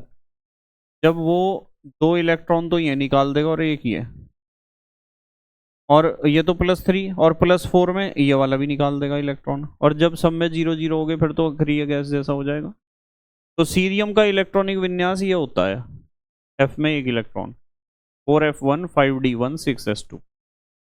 +4 ऑक्सीकरण अवस्था में इसका विन्यास 0 0 0 हो जाता है, जो कि एक अक्रिय गैस विन्यास है, जबकि +3 ऑक्सीकरण अवस्था में इसकी सामान्य ऑक्सीकरण अवस्था है। +3 तो ये दिखाते ही हैं, लेंथेनाइड और एक्टिनाइड्स +3 तो इनकी सामान्य ऑक्सीकरण अवस्था है, क्योंकि तीसरे वर्ग से उठा रखा ना इन्हें, इसलिए तो +3 तो सामान्य ऑक्सीकरण अवस्था है, और +4 में वो अक्रिय गैस जैसा हो जाएगा, इसलिए +4 तो स्थायी होनी ही है।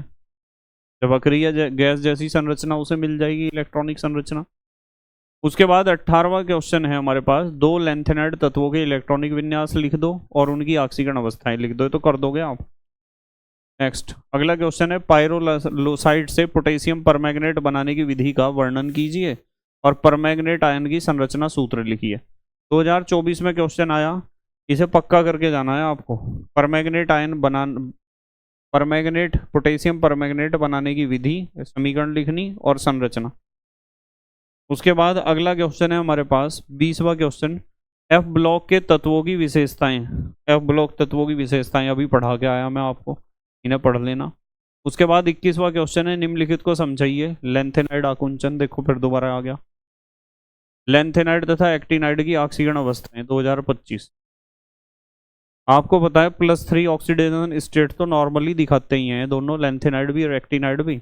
उसके अलावा +4 +5 +6 +7 ये भी दिखाते हैं। अगला क्वेश्चन है 22वां, HgCl2 तथा SnCl2 जलीय विलयन में साथ साथ नहीं रह सकते हैं, क्यों? 2025 के क्वेश्चंस के लिए ही मैं रिवीजन में फिर दोबारा से ये क्वेश्चन लेकर आया हूं, जिससे आपको 2025 के भी क्वेश्चन मिल जाएं। अब इन्होंने कहा HgCl2 तथा SnCl2 जलीय विलयन में साथ साथ क्यों नहीं रह सकते हैं, क्योंकि यहाँ जो है ना, ये SnCl2 एक अपचायक है, अपचायक, और ये HgCl2 को अपचयित कर देगा Hg2Cl2 में। देखो HgCl2 है, SnCl2 दोनों को इकट्ठा रख दिया, तो इसने इसका अपचयन कर दिया, देखो Hg2Cl2 बना दिया, यानी उसमें से क्लोरीन को छीन लिया, अपना SnCl2 बदल गया SnCl4 में, इसलिए नहीं रखते इन्हें इकट्ठा। ये रिएक्शन लिख कर आनी और ये बात लिख कर आनी जो मैंने आपको बताई है। 23वां क्वेश्चन है, अम्लीय और क्षारीय माध्यमों में KMnO4 का तुल्यांकी द्रव्यमान भिन्न भिन्न होता है, क्यों? अम्लीय माध्यम में KMnO4 का तुल्यांकी भार कुछ और होगा, क्षारीय में कुछ और। देखो बहुत बढ़िया क्वेश्चन है, 2025 का क्वेश्चन है। KMnO4 की रेडॉक्स अभिक्रियाएं इन माध्यमों में भिन्न भिन्न होती हैं, अम्लीय और क्षारीय में। यह अम्लीय माध्यम में +7 से +2, अम्लीय माध्यम में तो +7 से +2 जा रहा, 7 में से 2 गए 5। अम्लीय माध्यम में तो ऑक्सीकरण अवस्था इसकी 5 इकाई बदल रही में अपचयित हो जाता है, तथा क्षारीय माध्यम में +7 से +6, यहाँ 1 इकाई। तो KMnO4 का तुल्यांकी भार अम्लीय माध्यम में जब आप निकाल लोगे तो अणुभार बटे ऑक्सीकरण संख्या में परिवर्तन 158/5, 31.6 तो आ गया इसमें। और KMnO4 का तुल्यांकी भार क्षारीय माध्यम में, वहाँ क्षारीय माध्यम में 1 इकाई में परिवर्तन हुआ था, तो अणुभार बटे ऑक्सीकरण संख्या में परिवर्तन। आया बात समझ में? क्योंकि अम्लीय और क्षारीय माध्यम में ऑक्सीकरण संख्या में जो परिवर्तन होता है वो अलग अलग होता है, इसलिए तुल्यांकी भार अलग अलग होते हैं अम्लीय और क्षारीय माध्यम में KMnO4 के। क्योंकि तुल्यांकी भार का एक फार्मूला मैंने आपको ये भी बता रखा है कि तुल्यांकी भार बराबर अणुभार बटे ऑक्सीकरण संख्या में परिवर्तन।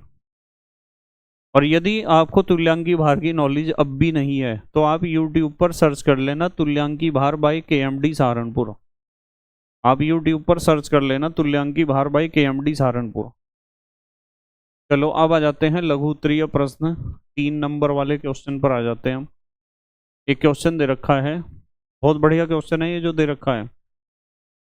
लुटीशियम हाइड्रोक्साइड की अपेक्षा लेंथेनम हाइड्रोक्साइड अधिक क्षारीय होता है।